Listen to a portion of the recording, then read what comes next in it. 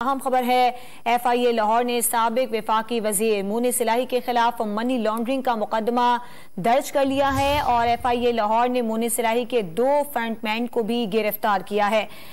इस पर बात करेंगे डॉन न्यूज के नुमाइंदे वसीम रियाज से। वसीम, क्या इत्तलात हैं आपके पास? जी देखिए, बिल्कुल FIA एंटी करप्शन सेल ने जो है ये मुकदमा दर्ज किया है। इससे कबल मुनीस इलाही के खिलाफ जो है तहकीकात का हुक्म दिया गया था, जिसके बाद तफ्तीश करते हुए अब ये बाकायदा FIR जो है वो दर्ज कर ली गई है और दर्ज करने के बाद बाकायदा इस पर जो तफ्तीशी अफसरान है वो मुकर्रर कर दिए गए हैं और इस पर तफ्तीश करेंगे। इस FIR के मुताबिक मुनीस इलाही जो कि साबिक हुकूमत के इत्तेहादी जो है वो रहे हैं, इनके खिलाफ मनी लॉन्ड्रिंग के इल्जाम है और ये हल्दी के जरिए जो गैर कानूनी तरीके से पैसा जो है वो दूसरे ममालिक में भिजवाते रहे हैं। इनके 2 फ्रंटमैन नवाज भट्टी और नजर इकबाल को FIA ने जो है वो हिरासत में ले लिया है और उनसे भी तफ्तीश जो है वो की जा रही है।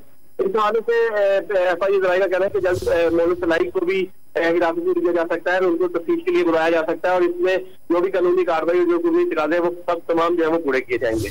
FIA लाहौर ने साबिक वफाकी वजीर मुनीस इलाही के खिलाफ मनी लॉन्ड्रिंग का मुकदमा दर्ज कर लिया है और मुनीस इलाही के 2 फ्रंटमैन हैं जिनको हिरासत में भी लिया गया है और ये भी खदशा जाहिर किया जा रहा है कि तफ्तीश के लिए मुनीस इलाही को भी तलब किया जा सकता है। बहुत शुक्रिया आपका वसीम रियाज।